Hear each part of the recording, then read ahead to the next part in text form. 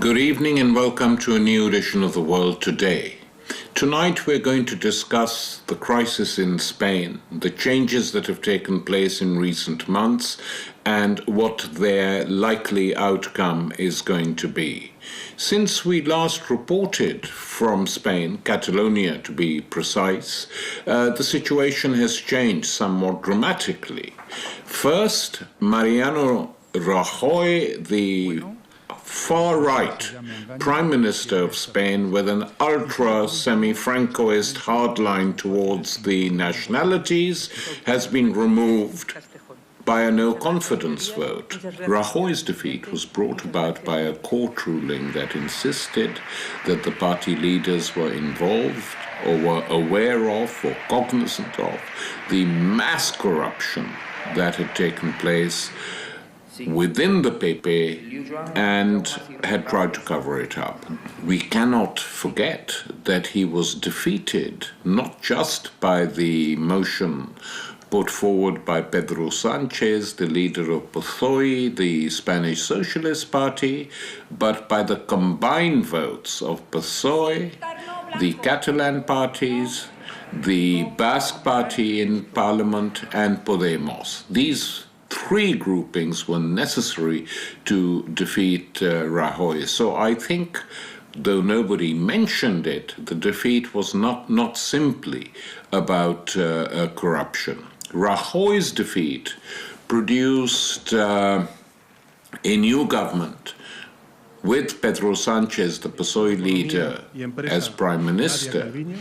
And though Sánchez took up a hard line on Catalonia just before the vote, subsequently as prime minister, he has made tiny moves in the other direction. Sánchez is only too well aware that he is a minority in the Spanish parliament, and were the Catalans and the Basques to withdraw support from him and Podemos, his government would fall, precipitating new elections in which nobody knows who's going to win a majority, what are going to be the minority parties. A new book recently published in Scotland, Catalonia Reborn, How Catalonia Took on the Corrupt Spanish State and the Legacy of Franco, written by Chris Banbury and George Caravan, two Scottish socialists in the Scottish National Party, provides an extremely detailed, useful and stimulating history of politics and economics in Catalonia, and not to mention gives us a very important look back at Catalan history. In this book, the two authors quote Jean-Claude Juncker, the President of the European Commission, who defended Rajoy's intransigence and unwillingness to negotiate in the following words: "I do not want a situation where tomorrow the European Union is made up of 95 different states." This is Juncker, who was the Prime Minister once upon a time of a state called Luxembourg, the Duchy of Luxembourg, one of the most corrupt and squalid little states in the European Union, whose banks were a conduit for illegal money and black money, and Juncker himself was charged with corruption since he presided over this duchy.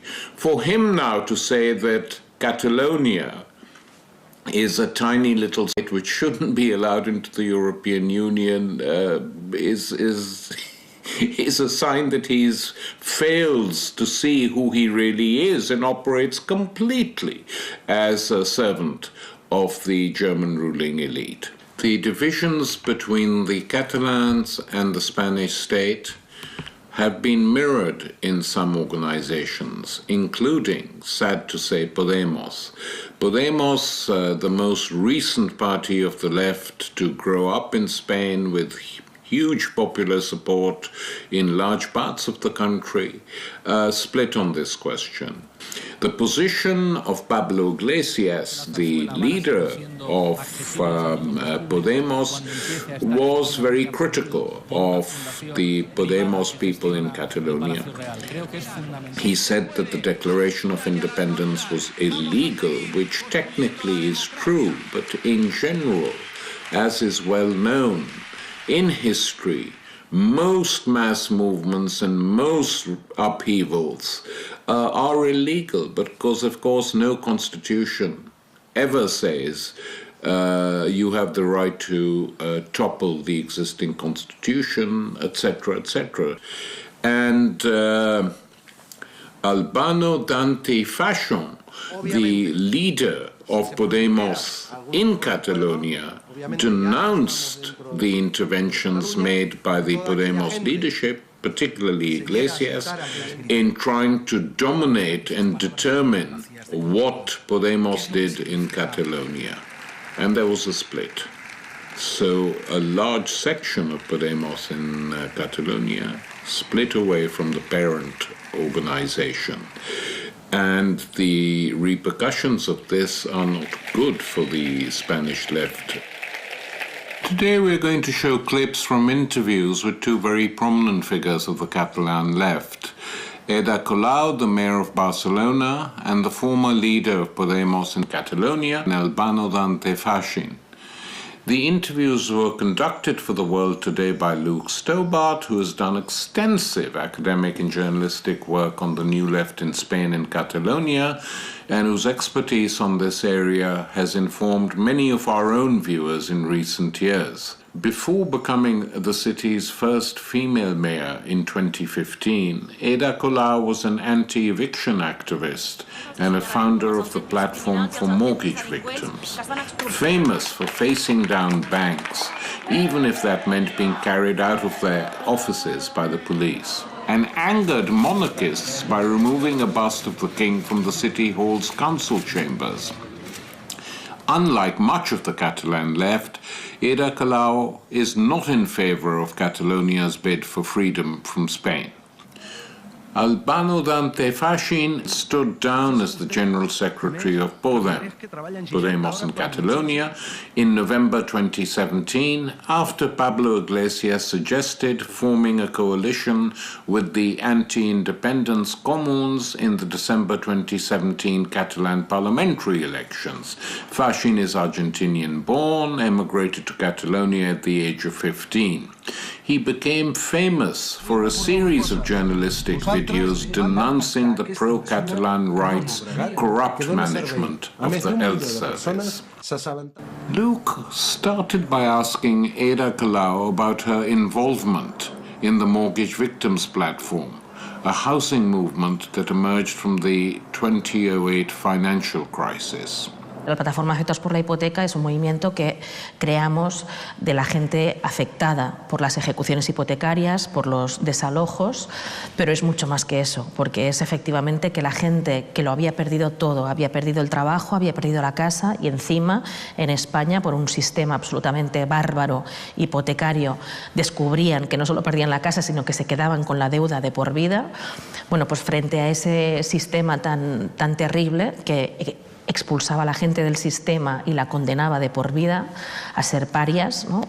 Pues frente a eso un montón de gente se junta y en lugar de deprimirse y en lugar de rendirse, planta cara a los bancos y al poder financiero y al poder político, que ha sido hasta ahora absolutamente cómplice de ese poder financiero, y empieza a defender el derecho a la vivienda, pero no solo el derecho a la vivienda, empieza a defender la dignidad, el derecho a la vida y todos los derechos y las libertades fundamentales. Entonces fue un movimiento que empezó de la nada, con cero recursos y que solo con el poder de la gente y de la gente que estaba peor, ¿no? Consiguió empoderarse y con la fuerza de la gente consiguió plantar cara a los bancos, sumar a miles y miles de personas empezar a cambiar leyes, empezar a obligar a los poderes públicos a cambiar sus políticas, con muchísimo esfuerzo, con mucha dificultad, pero incluso también con un movimiento generalizado de desobediencia civil que consiguió efectivamente demostrar que se podía parar una cosa tan violenta como los desalojos de viviendas y conseguir que la gente se quedara en su casa. Ada Colau and El Banudante Fashin come from different political traditions. Colau was certainly a product of the grassroots, and her popularity and support also comes from here. Fashin started out as a journalist and became politically active as a result of the 15M and Indignados movements. Both were asked why they moved from activism into institutional politics. Mucha gente que estábamos en movimientos sociales, en la universidad, en diferentes ámbitos, pero que no nos habíamos planteado hasta ahora hacer el paso a las instituciones, pues que efectivamente nos planteáramos desde una ambición de radicalidad democrática, es decir, que haya democracia real y no solo democracia formal, y que el poder realmente está en la ciudadanía. Nos atrevimos a dar el paso de entrar en las instituciones, sabiendo que tampoco sería suficiente ganar unas elecciones, que sería un paso más de un movimiento mucho más amplio, que necesitará que haya movimiento de gente en la calle y que pasen muchas más cosas a muchas otras escalas, ¿no? Pues yo dije, hostia, está muy bien, ese manifiesto hablaba del derecho de autodeterminación de los pueblos, hablaba de romper el régimen del 78, hablaba de que había que poner en marcha una democracia radical, que sea la gente y no las estructuras del régimen del 78 las que manden. Entonces, una serie de cosas que si tú lees el manifiesto, hoy lo volvería a firmar. Ada Colau's party is Barcelona en Comú, a citizen platform founded in 2014, largely by activists from post-crash grassroots movements. Here she explains how she came to stand as mayor for this broad left platform. Frente a esa crisis institucional es lógico que surjan diferentes iniciativas, como primero fue Podemos en las europeas, y luego llegaron las municipales, y aquí en Barcelona planteamos una confluencia muy amplia a diferentes, sobre todo a ciudadanía que no había participado nunca en ningún partido político porque no confiaba, ¿no?, en las formas clásicas de participación institucional, pero también a partidos progresistas, a partidos de izquierdas, viejos y nuevos, ¿no?, desde excomunistas a Podemos, para juntarnos por objetivos, que es, yo creo, lo que la ciudadanía le viene enseñando a la política institucional desde hace tiempo. O sea, llevamos mucho tiempo donde la ciudadanía ha ido innovando políticamente fuera de las instituciones, se ha organizado cada vez más movimientos transversales, grandes campañas que se han hecho por objetivos concretos y que eso ha conseguido movilizar a mucha gente que tiene en común un objetivo, ¿no? El derecho a la vivienda, la defensa de la educación, la defensa de la paz y de los derechos humanos. Entonces creíamos que había que aprender de esa experiencia y organizar una amplia movilización transversal y plural con objetivos claros y concretos, y efectivamente funcionó. A mucha gente convenció esa propuesta y nos permitió ganar las elecciones, aunque en minoría, pero ganamos las elecciones. Spearheaded by Podemos, a number of parties and movements now make up Spain's New Left. In Catalonia, the New Left also includes radical independistas like the CUP, Podemos and Comuns, now known as Catalonia en Comú, a broad left merger that is mainly opposed to independence. Colau and Fashin were asked about the effectiveness of the New Left parties in terms of making concrete changes. Pues hemos creado el operador energético público más grande de todo el Estado, que va a hacer que en poco tiempo Barcelona no solo todos los equipamientos y el alumbrado público se autoabastezca con energía limpia, de renovables y además evidentemente más barata, sino que poco a poco pueda también ser un proveedor para la ciudadanía y pueda ir también dando suministro a la ciudadanía. Bueno, pues ese sería un ejemplo donde no solo hemos cambiado las prioridades y Barcelona ahora es la ciudad con más inversión social de todo el Estado, ¿no? O también dicen los rankings que somos de las ciudades más transparentes de todo el Estado, todas las facturas están colgadas en el ayuntamiento, por lo tanto la ciudadanía puede controlar efectivamente los gastos del ayuntamiento. Se están haciendo cosas. Cuando Ada pone sobre la mesa el tema de la consulta sobre Akbar, eso es muy importante y eso es emancipador y eso es bueno. Pero a la vez, y esta es una pregunta de fondo, que es verdad que en el ejercicio de la alcaldía de una ciudad como Barcelona El pragmatismo que se debe tener que tener es enorme. Pero también hay que seguir haciéndose las preguntas de fondo. ¿Hemos venido a gestionar un poquito mejor que los otros? ¿O hemos venido a poner en cuestión el marco general? Porque en las plazas éramos muy radicales. Teníamos 8 puntos. Decíamos banca pública. Decíamos democracia directa y radical. Ahora, cuidado con que el pragmatismo se convierta en tu eje de lucha. Es decir, si hay cosas que no se pueden hacer, por ejemplo, en la plaza decíamos banca pública. Eso tú no ganas una alcaldía y haces una banca pública municipal de un día para el otro. Bueno, pero lo importante es, ¿perdemos aquella radicalidad? En nuestro país y en Europa hay leyes de extranjería que son racistas directamente, ¿no? Y que condenan a una parte de la población a estar fuera del sistema, dejándolas sin papeles, sin reconocimiento administrativo. Y eso las excluye, entre otros derechos, del mercado laboral, ¿no? Entonces, esas personas se buscan la vida como pueden. Nosotros, como ayuntamiento, ¿qué hacemos? Claro, la ley de extranjería no está en nuestras manos. Nosotros le daríamos papeles a la gente. Nosotros reconoceríamos como ciudadanos de primera a todo el mundo, porque creemos que es absolutamente racista discriminar a la gente por su origen. Pero eso no está en nuestras manos. Es un ejemplo del límite que te encuentras cuando entras en un ayuntamiento y hay cosas que dependen del Estado y no dependen de ti. Pero no nos hemos resignado. O sea, por ejemplo, hemos primero agilizado mucho y facilitado el empadronamiento a cualquier persona sin ni siquiera pedirle un domicilio fijo en nuestra ciudad, para que tenga los derechos ciudadanos lo más amplios posibles, que acceda a todos los servicios, aunque no tenga los papeles de residencia.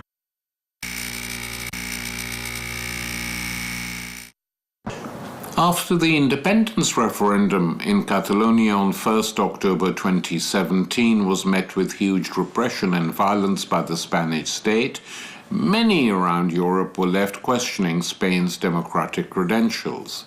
Luke's next question asked, how real is democracy in the Spanish state? O sea, ya no teníamos una democracia fuerte, porque somos una democracia joven, ¿no? de 40 años, que viene de una dictadura reciente, con una transición que no se hizo en profundidad, ¿no? y que dio una cierta impunidad a aquellos que habían estado violentando los derechos humanos durante la dictadura. Y entonces eso, digamos, que ya nos pesaba. Pero evidentemente en los últimos años, con el gobierno de derechas del Partido Popular, ha habido una deriva autoritaria descontrolada y están sucediendo cosas habitualmente que no se pueden normalizar en una democracia. Aparte de la corrupción sistémica y aparte de muchos otros ejemplos de muy mala gestión, pero estamos yendo a una ley mordaza, a perseguir simplemente la discrepancia política, criminalizarla, estigmatizarla para acabar penalizándola, ¿no? y convirtiéndola en una cuestión de orden público. Eso lo estamos viendo en diferentes temas, también en el tema catalán, pero también en temas de libertad de expresión, de libertades fundamentales que afectan a cantantes, a actores y cada vez, desgraciadamente, bueno, por ejemplo, no hemos tenido ejemplos recientes con delitos, supuestos delitos asociados a la crítica a la corona. O sea, en una democracia del siglo XXI que no se pueda criticar al rey porque te arriesgas a ir a la cárcel por hacer una canción que supuestamente injuria al rey, eso no es propio de una democracia fuerte ni de una democracia saludable. Es evidentemente de una democracia que tiene serios problemas. Y eso, desgraciadamente, lo hemos vivido en Cataluña porque el Partido Popular lo ha identificado como el principal desafío político y, por lo tanto, en lugar de dar una respuesta política, ha optado por la judicialización, la represión, ¿no? y la respuesta autoritaria. Lo que pasa hoy en Cataluña hace flotar, o sea, hace emerger esos pactos de los que no se había hablado y que de repente, cuando la gente los pone en cuestión, allá se ve la importancia que tenían. No era una cosa escrita ya en un artículo perdido de la Constitución. Aquello que tanto preocupaba a aquellos militares franquistas, insisto, militares franquistas,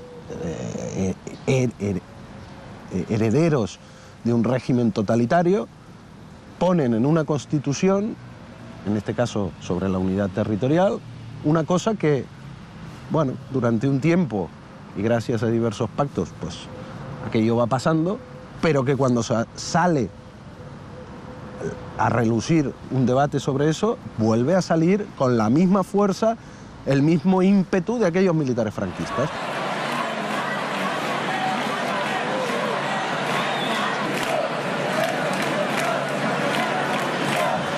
Yo el día 3 estaba en la plaza de la universidad, que es esta plaza, y se me acercó un señor de unos 85 años que me dice: yo he sido profesor de historia en esta universidad durante 40 años y lo que estamos viendo hoy no lo había visto yo nunca.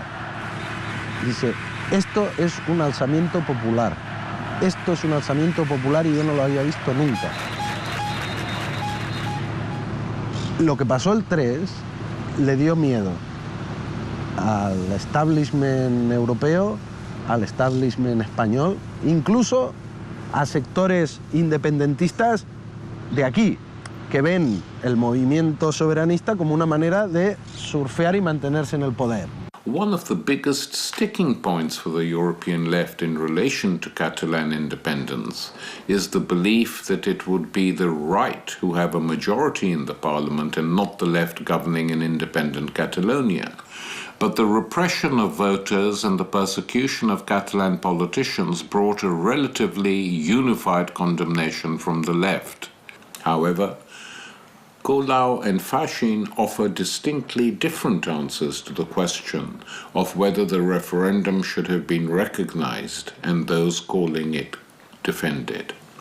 El problema ya no era Madrid, el problema es que millones de catalanas no se sentían llamados a participar y por lo tanto en ese sentido no se podía considerar un referéndum porque había muchísima gente de Cataluña que no se sentía interpelada por esa llamada. Y como nosotros queríamos un referéndum efectivo, que tuviera efectivamente unos resultados que todo el mundo en Cataluña reconociera como válidos, aunque sabíamos que era difícil seguir peleando por ese referéndum vinculante, nosotros planteábamos una estrategia alternativa, que era generar otro tipo de mayorías diferentes en España, es decir, echar al gobierno del Partido Popular y buscar otras mayorías posibles que hicieran posible ese referéndum efectivo en Cataluña. Pero hay un espacio de la sociedad catalana que tal vez no se identifican los bloques, pero que tiene una pulsión democrática muy fuerte, es que aquí, en esa gran manifestación, habían banderas españolas republicanas. Estaban familiares míos que antes de votar independentistas se cortan la mano y estaban en la manifestación. Eso da pánico a muchos líderes independentistas, da pánico a los del 150, da pánico a todo el mundo, porque ahí es cuando la gente, fíjate, uno de los grandes argumentos del Estado español es, y a veces de los comunes, es que tenemos la sociedad partida por la mitad. Esto es una pena. El día 3 no estaba partida por la mitad de esta sociedad. El día 3 habría una enorme mayoría de la población que decía: esto es intolerable. Fíjate que es ahí cuando el régimen del 78 hace un movimiento histórico, que es sacar al rey. Y ahí Pablo Iglesias estuvo fino cuando dijeron: cuando se mueve el rey es que en ajedrez vas perdiendo. Pero yo creo que hay concretamente un error muy grave del gobierno catalán, que es que sabiendo lo autoritario que era el gobierno del Partido Popular y por lo tanto que no iba a reconocer en ningún caso la vía unilateral, confiar en la comunidad internacional creo que fue un gran error del gobierno catalán. Y en segundo lugar, creo que fue un gran error también del gobierno catalán que el 1 de octubre se consiguió una mayoría social que iba mucho más allá del independentismo, es decir, fuimos muchos los demócratas que sin ser independentistas nos movilizamos, defendimos las escuelas, denunciamos al Estado, nos enfrentamos a la policía y denunciamos a la comunidad internacional lo que estaba pasando en Cataluña, y ahí hubo una mayoría social muchísimo más amplia en defensa de la democracia, de los derechos humanos y del referéndum. Y el problema es que poco tiempo después que el gobierno catalán optara por la vía unilateral, hizo que esa mayoría se deshaciera y se volviera una minoría independentista que es mucho menos que la mitad de la población en Cataluña. No caigamos en la trampa que nos dicen: no, es que están los independentistas y los independentistas. Pensemos más allá. Pensemos que podemos trabajar con los independentistas. Es que la gente ya lo hizo. El 1 de octubre la gente lo hizo. Diga lo que diga Pablo Iglesias, diga lo que diga Ada, diga lo que diga Puigdemont. El día 1 estaban los independentistas, los no independentistas. Hubo gente que defendió las urnas y no votó. Ya no que votó que no votó porque creían que era un referéndum ilegal, pero que no podían aceptar que aquí apaleasen a la gente. Eso, o sea, si cualquier cosa en el futuro que queramos construir dándole la espalda a eso es mentira y fracasará. porque la vía unilateral, ¿qué ha producido? Ha producido represión, ha producido que los dirigentes estén en prisión y ha producido que perdamos el autogobierno de Cataluña y estemos peor que antes de empezar. ¿Cuándo vamos a tener este debate? Porque si no lo vamos a tener, todo lo que hemos hecho habrá que empezarlo otra vez. Y a mí lo que me preocupa es que ese empezar otra vez, la próxima vez, insisto, es que es lo que más me preocupa. O sea, la gente, imagínate, digo, yo voto a estos chicos del 15M y a Ada Colau y todo esto para que cambien algo en el ayuntamiento. Intentan estos chicos cambiar algo en el ayuntamiento y viene el Tribunal Constitucional y les tumba. Si no tienes un plan, al final la gente lo que percibe es, da igual a quién vote, o tendré que buscar otros que de verdad sean valientes, y esto no lo podemos permitir porque es que me da la impresión de que la próxima vez quien recoja esa bandera de decir, hey, gente, tiene que decidir la gente, pues sean los fascistas, porque lo hemos visto. Fashin also had some deep criticisms of how the new left parties acted before and after the referendum, and why he left his post as General Secretary of Podemos in Catalonia. En aquel momento los comunes estaban, por un lado, o petrificados, sin saber qué hacer, o esperando instrucciones de Madrid. Es decir, Pablo estaba diciendo, yo si fuera catalán no votaría, cuando nuestras bases son en muchos pueblos las que abrieron las escuelas y las que defendieron las urnas. Pues ahí ves que hay una cúpula, tanto en Madrid como aquí, que, no sé, mirando encuestas o lo que sea, pues dice, no nos conviene. Y me acuerdo que en aquellos días tan tensos, y después durante la campaña, dirigentes de los comunes diciendo que había que pasar página, que ni DUI ni 155. Era insostenible realmente esa postura.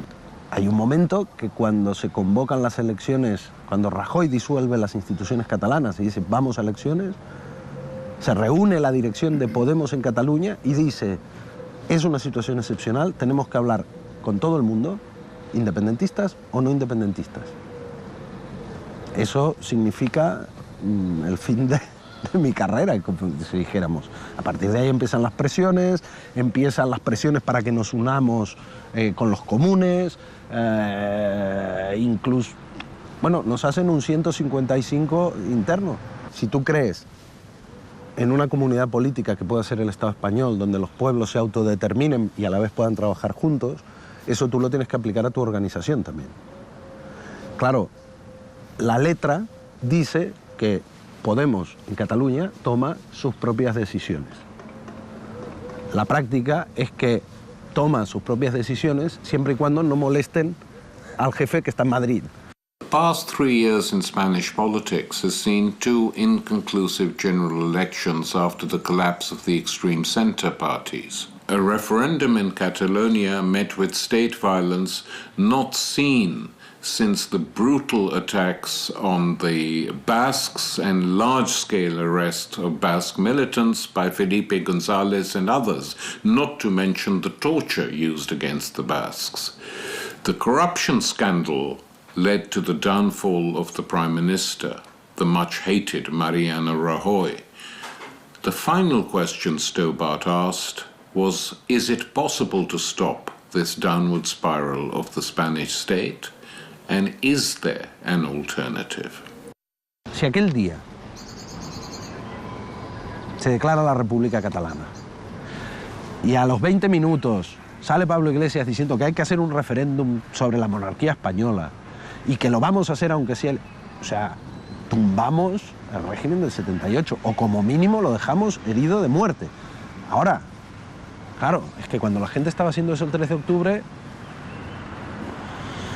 la izquierda española estaba mirando para otro lado. La única posibilidad que tenemos frente a la lógica neoliberal que genera desigualdad, que genera injusticia, que genera mucha soledad de los individuos en un mundo globalizado en el que nos sentimos pequeños, frente a una lógica que nos divide o quiere dividirnos entre ganadores y perdedores, frente a esa lógica, creo que hay que responder con la comunidad desde abajo, ¿no? y que hay que responder con la ciudadanía que se junta para defender derechos y libertades desde la proximidad, desde ese lugar de convivencia. Y en ese sentido creo que las ciudades son el lugar donde transformar el miedo en esperanza. Y por eso siempre digo que soy una municipalista convencida, que el siglo XXI es el siglo de las mujeres, de la revolución feminista y de la revolución municipalista. Y no por casualidad estamos viendo ese movimiento también feminista en muchos lugares del mundo que está tomando las ciudades. Entonces Barcelona estará encantada de participar de esa revolución municipalista y feminista global.